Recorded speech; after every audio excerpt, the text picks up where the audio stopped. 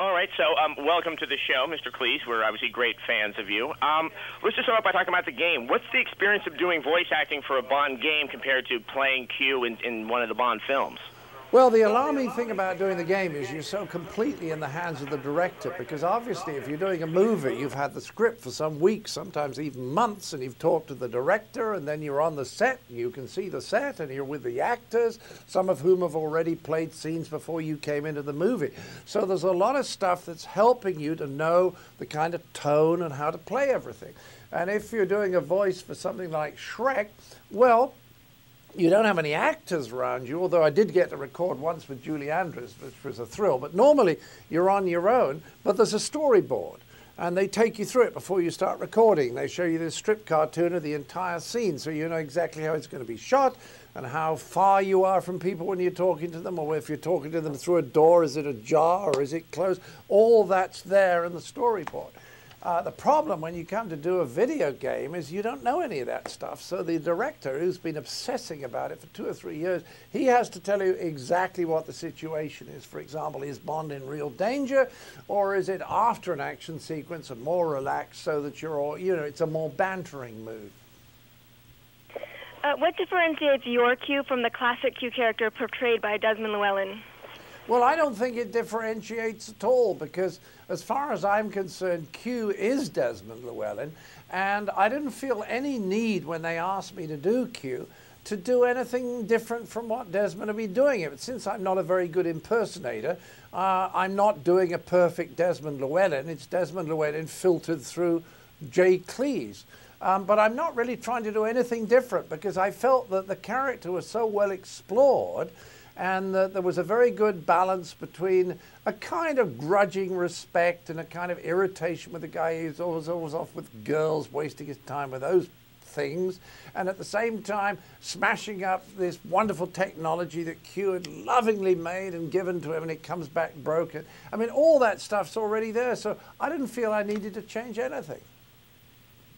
So you obviously know yourself better than probably anyone else. What is it like seeing your likeness inside a video game? Do you think it sort of lives up to your expectations, or do you see flaws there? Well, sometimes you see your likeness and it's a little bit startling, or you just think that's odd, or why did they do it like that? For example, when I saw Shrek 2, I was quite surprised, because the Shrek characters often look a little bit, and sometimes quite a lot, like the actors and actresses that are voicing the characters.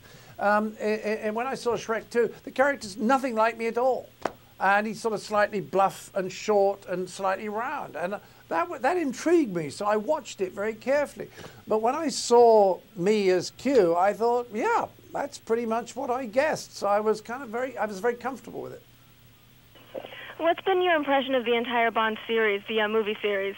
I think like any series, like Monty Python, there were the great ones and the ones that were kind of okay, and one or two that weren't so hot. And I think it's quite remarkable how cleverly, in the last few movies, they've kind of re-injected some of the original energy. I thought at one point it was all special effects, and I think what they're managing to do now is to get a little bit more of the character and humor back in, and I think a huge part of that was they finally got hold of Pierce. And of course, they've been after him for years, as you know, and he was tied up with other things contractually. And I'm a huge fan of Pierce. I think I know people would be surprised. I actually think he's the best Bond, because for me, he's the one most like the Bond in the original Ian Fleming books, which I used to read when I was young. And Sean is terrific. He was the first Bond, and he's dangerous, and he's sexy, and he's great. But Pierce has got that, plus a little bit of the smoothness, a little bit of the suave and soigné stuff. And I think he's terrific. For me, he's my favorite Bond. So you're actually saying that you prefer him over Sean Connery. That's quite a bold statement to many people. Yes, and people will be very surprised by it, but it's absolutely genuine. And as the Romans used to say, de gustibus non disputandum est. There's very little point in discussing or arguing personal opinions, but that's my opinion. Right. All the Romans I've talked to have said the same thing. They often say that. They often say that. What was the process of actually getting yourself scanned to be put into the video game? Just sort of, it was like getting a CAT scan or an MRI? Yes, very similar. Really, all you have to do is stay still, so it's relatively easy. So you go in and you sit on a little chair, and then this camera starts moving around you, and it's on like a sort of circular curtain rail. And I don't know, it probably takes about 40 seconds to go around. And what you have to do during that time is not going to go or anything like that. So you just sit there looking as handsome as possible. And just wait till it goes round. It's not difficult. Do you make that face often? I'm just curious. See, now I'm going to practice. I've been studying Pierce for years. Which of your other roles can you imagine being made into a video game? My other roles? Oh, I don't know. There's a terrifically good video of the Holy Grail, Monty Python and the Holy Grail. What an interesting question. I think they should make a video game out of my program about releasing lemurs back into the wild in Madagascar, because lemurs are the cutest little creatures on God's earth, and I just love them to bits. And Madagascar is unbelievably beautiful. It's a little primitive. You have a very good chance of dying if you go there. But in fact, two of the people on the film crew that went with me both very nearly died. It's a little hairy out there because there's diseases around that we Westerners are not used to. But if anyone hasn't seen that little video that I did, it's a program about releasing captive-born lemurs into the wild so that they can breed with the wild lemurs and save the population. So I think that's one of the best programs I ever made, and so I think I'd choose that one. It's interesting because most games are actually about collecting things, and here you are proposing doing something about actually releasing stuff out there. Yes. Now, what would you imagine, say, a Faulty Towers video game would actually be like? What would be the essence of that show that could be transferred into a video game?